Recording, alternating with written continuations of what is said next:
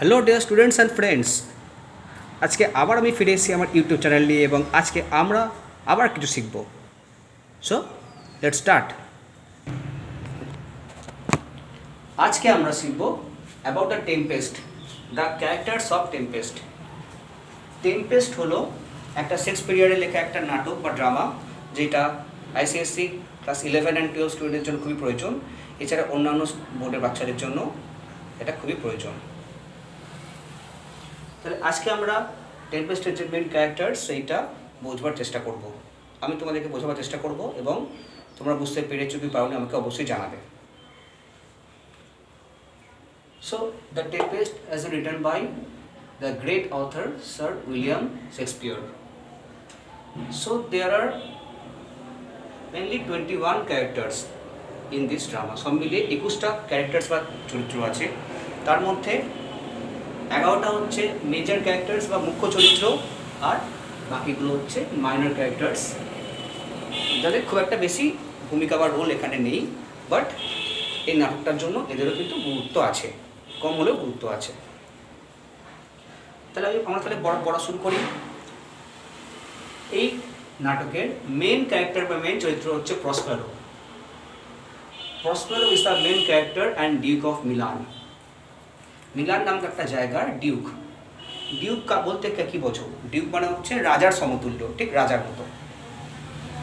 তাহলে প্রসপেরো হচ্ছে এখানকার মেন ক্যারেক্টার এবং সে হচ্ছে মিলানের ডিউক। প্রসপেরোর মেয়ে হচ্ছে Miranda, Prospero's daughter Miranda, number 2 character.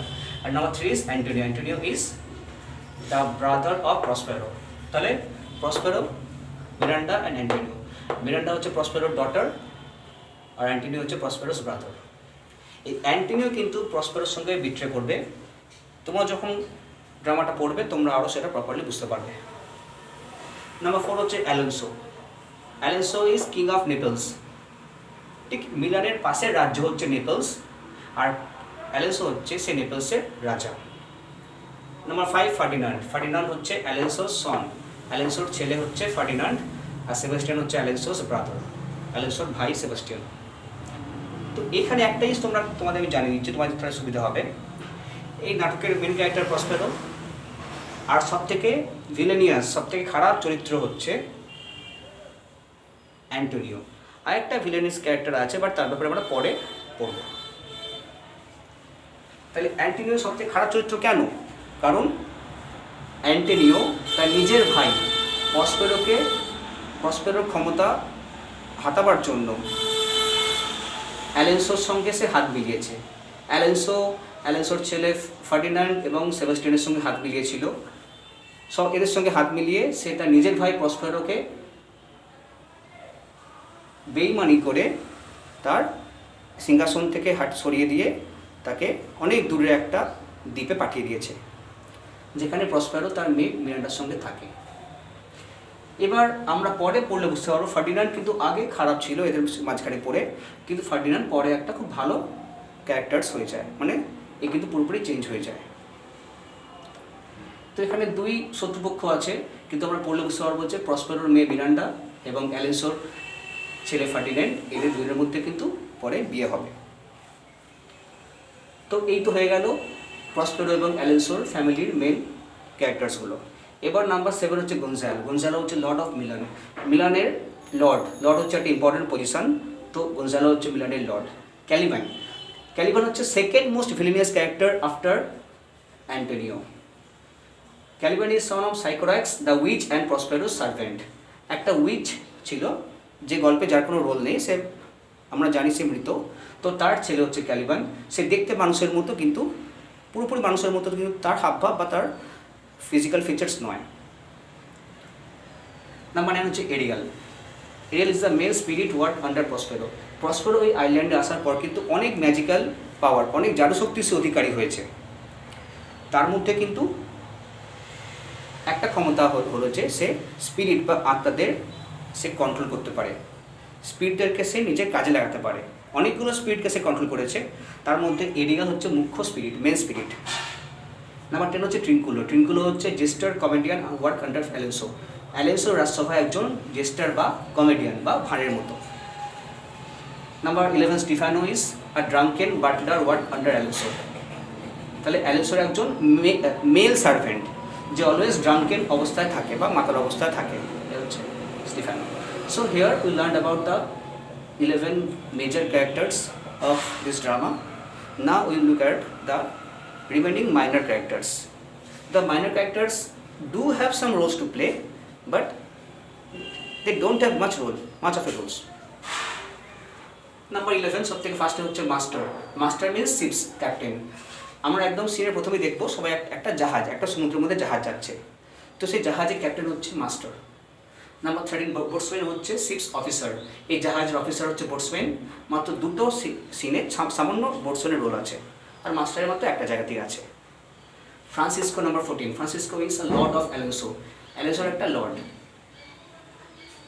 Gonzalo হচ্ছে ইম্পর্টেন্ট লর্ড, এই হচ্ছে ছোটোখাটো একটা লর্ড। Number 15 is Aries. তোমাদের আগেই বলেছি অ্যাবাউট এরিয়াল হচ্ছে মেন স্পিরিট। তো এরিয়াল ছাড়াও আরও কয়েকটা স্পিরিট ছিল, তার মধ্যে সেকেন্ড মোস্ট ইম্পর্টেন্ট হচ্ছে Iris. Iris is one of the Prospero spirits representing the goddess of rainbow.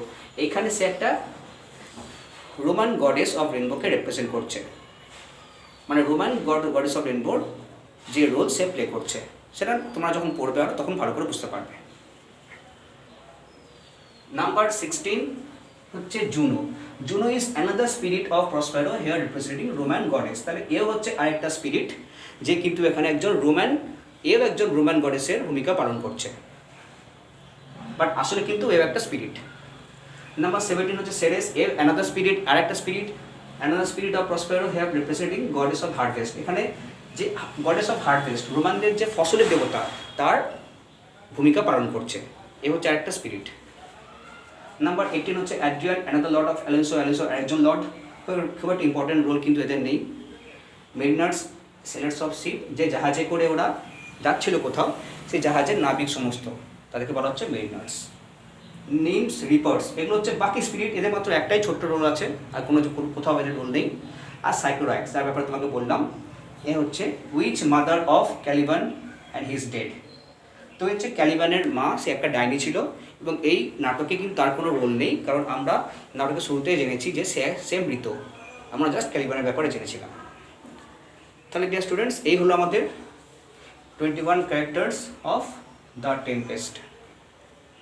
তার মধ্যে আমাদের 11টা হচ্ছে প্রধান বা মুখ্য ক্যারেক্টার্স, যার ব্যাপারে আমরা বেশি এখানে পড়বো, আর এই বাকিগুলো হচ্ছে মাইনার বা ছোটোখাটো ক্যারেক্টার্স, যাদের হয়তো একটা বা দুটো সিনে আমরা দেখতে পাবো, তাও খুব ছোট্ট রোলে। তো তোমাদের ভিডিওটা কেমন লাগলো, তোমরা বুঝতে পারলে কি পারলে না অবশ্যই জানাবে।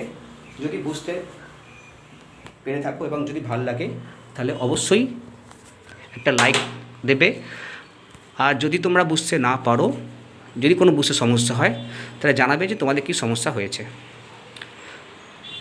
তোমরা যদি ডিফারেন্ট সাবজেক্টস শিখতে চাও, তাহলে অবশ্যই সাবস্ক্রাইব করো চ্যানেলটিকে এবং একটু সাপোর্ট করো, তাহলে আমি তোমাদেরকে আরও কিছু শেখাতে পারবো। সো টেক কেয়ার, সবাই ভালো করে পড়াশোনা করবে।